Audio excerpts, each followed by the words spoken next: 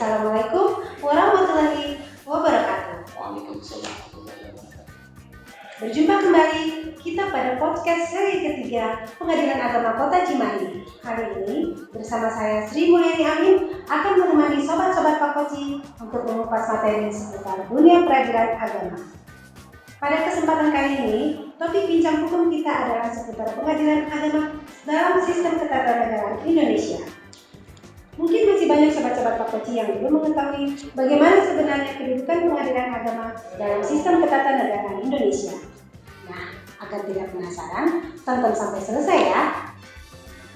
Oke sobat-sobat Pak Koci, untuk menjawab pertanyaan sobat Pak Koci, di episode kali ini telah hadir di tengah-tengah kita salah seorang hakim pengadilan agama Kota Cimahi sebagai narasumber yang luar biasa.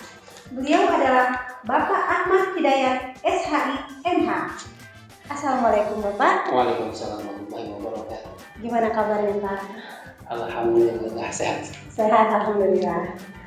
Oh ya Pak, ngomong-ngomong sebelum lanjut ke tema kita, mungkin Bapak bisa berbagi sedikit informasi mengenai kiprah Bapak di pengadilan agama. Baik, terima kasih. Assalamualaikum warahmatullahi wabarakatuh. Alhamdulillahilladzi an'ama 'alaina bi ni'matil iman wal islam. Asyhadu an la ilaha illallah wahdahu la syarikalah. Wa asyhadu anna sayyidina Muhammadan abduhu wa rasuluhu. Faqala rabbi shrah li sadri wa yassir li amri wa uqdatam min lisani yafqahu qawli. Alhamdulillah, disyukur kita persembahkan kehadirat Allah Subhanahu wa taala di siang hari ini. Kita berjumpa kembali dalam kegiatan podcast seri ketiga, dan kali ini akan membawakan sebuah tema pengadilan agama dalam sistem ketatanegaraan Indonesia. Dan izinkan saya memperkenalkan diri. Saya namanya Ahmad Hidayat, asli Bandung, tapi di kabupaten, tepatnya di Kecamatan Banjaran. Saya memulai karir di Pengadilan Agama Cianjur bulan November tahun 2007 sampai dengan bulan Juni 2010. Kemudian setelah itu saya mendapatkan SK menjadi Hakim Pengadilan Agama Tanggamus.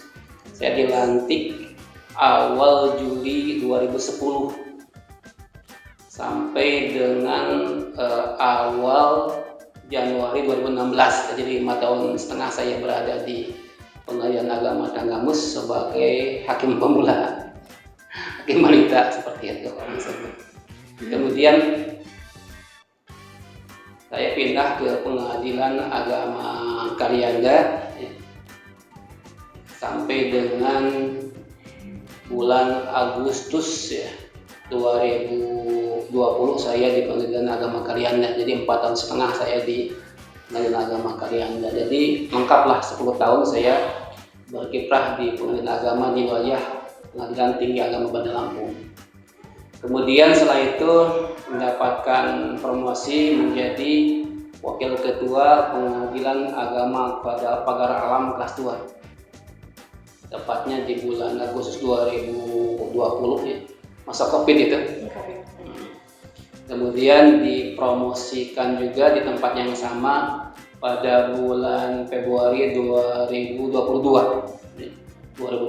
di sana. Kemudian sebagai ketua ya. Kemudian pernah jadi ketua juga ya Pak? Betul, saya pernah jadi ketua. Setelah itu kemudian bulan Juni 2024 baru bisa gabung dengan Pengadilan Agama Kota Cimahi kelas 1. Itulah profil singkat saya. Wow. Nah, sobat-sobat Pak Koci, itulah sedikit informasi mengenai profil narasumber kita. Dengan pengalaman yang cukup banyak, tentunya dengan tema kita kali ini, beliau pasti dapat menjawab rasa penasaran sobat-sobat Pak Koci. Baik Bapak, tema kita pada podcast kali ini adalah mengenai kedudukan pengadilan agama dalam sistem ketatanegaraan Indonesia. Sebenarnya bagaimana sih kedudukan pengadilan agama dalam sistem ketatanegaraan Indonesia? Baik, sebelum berbicara lebih jauh terkait dengan kedudukan pengadilan agama dalam sistem ketatanegaraan di Indonesia, kita mesti bedakan dulu mana peradilan, mana pengadilan. Karena sejatinya itu beda. Kalau peradilan itu adalah kekuasaan negara untuk menerima, memeriksa, mengadili, memutus dan menyelesaikan perkara untuk menegakkan hukum dan keadilan. Kalau pengadilan itu adalah badan peradilannya, lembaganya sebagai pelaku kekuasaan kehakiman untuk menegakkan hukum dan keadilan.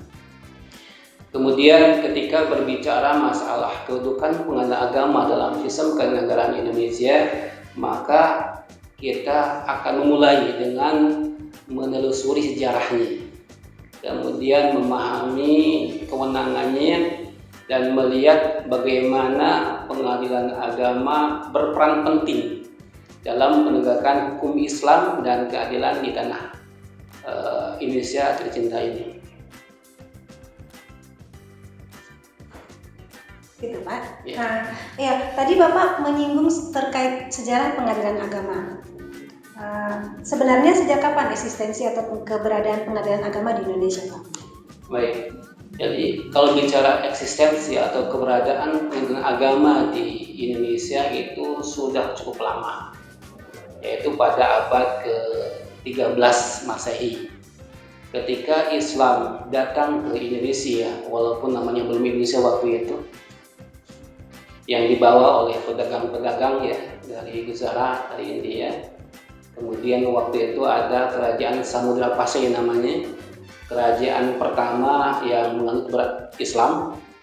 Pada waktu itu ada kasus ya, ada seorang anak raja yang bernama Murah Fufuk yang melakukan perzinahan seperti itu. Kemudian dibawa ke pengadilan dan di pengadilan divonis ya, diputus bahwa dia harus dirajam, sebagaimana kita ketahui bersama bahwa rajam adalah bagian dari hukum Islam seperti itu. Kemudian setelah itu pengadilan agama tetap diakui ya dalam kerajaan selanjutnya pada abad ke-16 kerajaan Mataram. Kemudian setelah itu 1602 ya ada datang VOC di perusahaan dagang, kemudian dilanjutkan dengan kolonial Belanda ya waktu itu pengadilan agama tetap diakui keberadaannya. Bahkan tokoh Belanda waktu itu namanya Van den Berg ya. Beliau membuat sebuah teori receptio in complexu ya. Beliau memahami bahwa ketika datang ke Indonesia penduduk setempat waktu itu sangatlah taat beragama.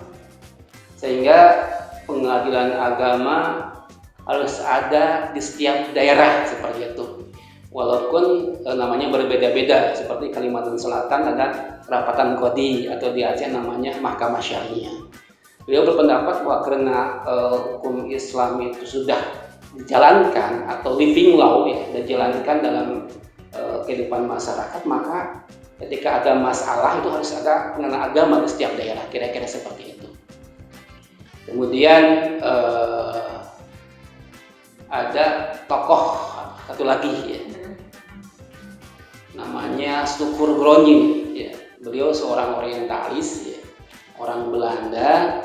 Beliau belajar Islam ya sampai ke sana ke Tanah Suci, melaksanakan ibadah haji, kemudian belajar Quran, belajar hadis, tapi kepentingannya bukan untuk beribadah, bukan, tapi untuk kepentingan Belanda biar dia tetap berada di tanah Indonesia atau waktu itu namanya Hindia Belanda ya. Pulangnya dari Mekah waktu itu si Stukur Groningen ini membuat sebuah teori namanya resepsi ya, yang pada intinya hukum Islam bisa dijalankan di Hindia Belanda atau Indonesia waktu itu apabila diterima atau diresepsi dengan hukum adat seperti itu. Yang dalam perjalanan selanjutnya adalah Teori ini disebut dengan teori iblis oleh Al-Jazairin ya. Tokoh kita, tokoh Indonesia merupakan ahli di bidang hukum adat, disebut dengan teori iblis seperti itu. Dan beliau membuat teori resepsi exit. Jadi teori resepsi ini harus keluar di tata negara Indonesia. Kurang lebih seperti itu ya. Oh iya, tadi Bapak menjelaskan eksistensi pengadilan agama sebelum kemerdekaan ya Pak ya. Nah, kalau sekarang bagaimana Pak kedudukan pengadilan agama dalam sistem ketatanegaraan Indonesia setelah Indonesia merdeka?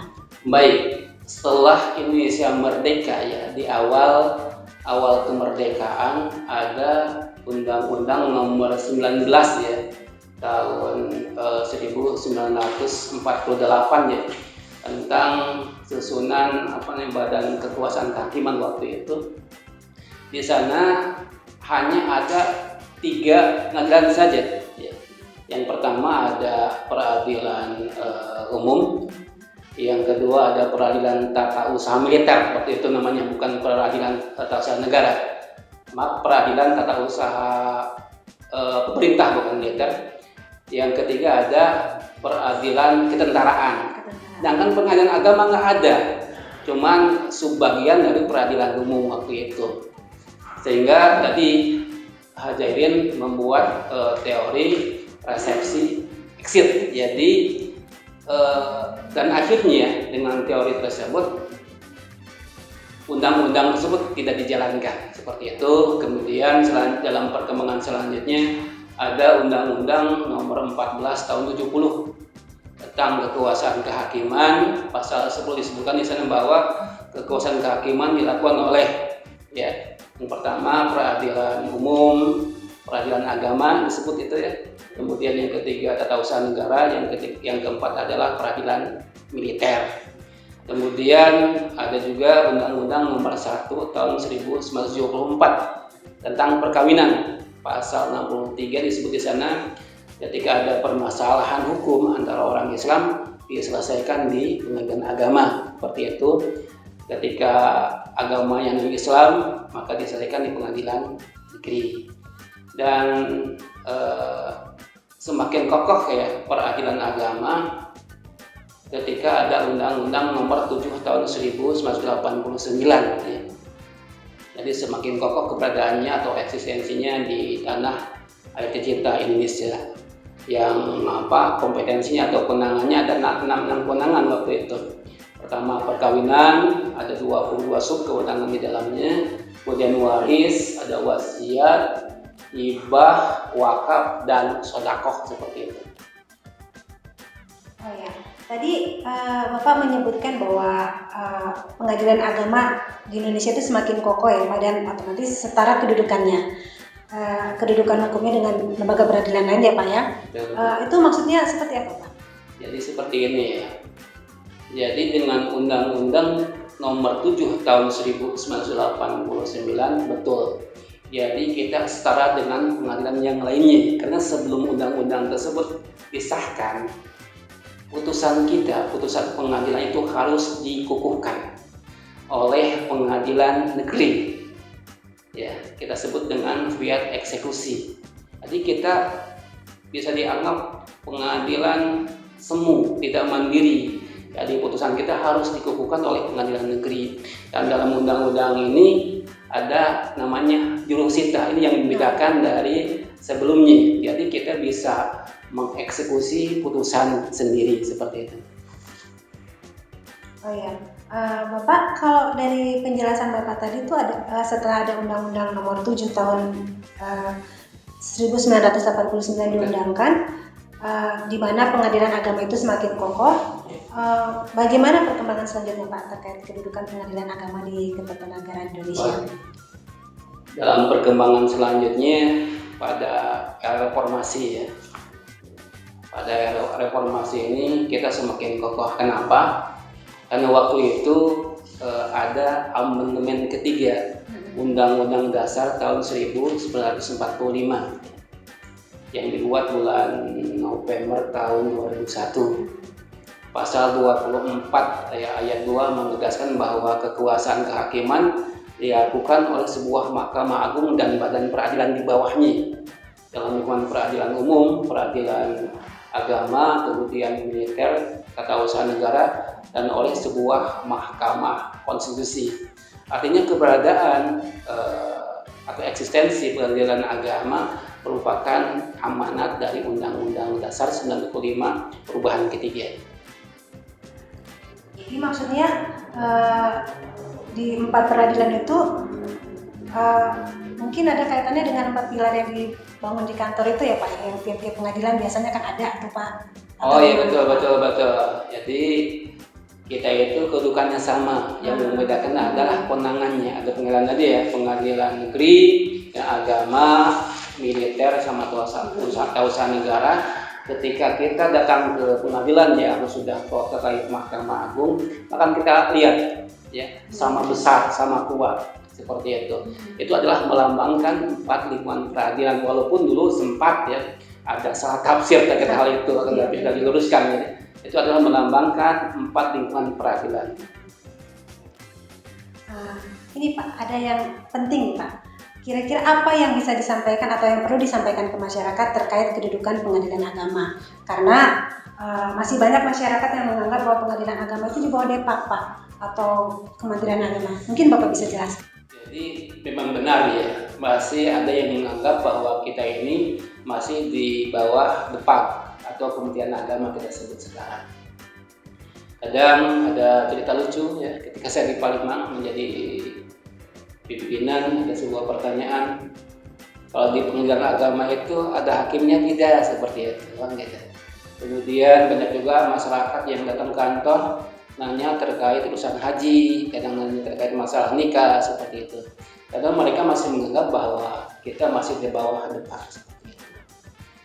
Sebenarnya kita benar dulu di bawah Depak atau Departemen Agama, kemudian beralih kepada Mahkamah Agung ya, sejak tahun 2004. Yang menjadi dasar adalah Undang-Undang Nomor 4 Tahun 2004 tentang Kekuasaan Kehakiman. Pasal 42 ayat 2 menegaskan bahwa ada pengalihan organisasi, administrasi, dan finansial dari Departemen Agama kepada Mahkamah Agung. Kemudian itu diusul dengan keputusan Presiden nomor 21 tahun 2004 ya, pasal 2 menegaskan bahwa adanya peralihan organisasi, administrasi, dan finansial dari Departemen Agama kepada Mahkamah Agung, dan itu ada limit waktunya sampai dengan tanggal 30 Juni tahun 2004 seperti itu.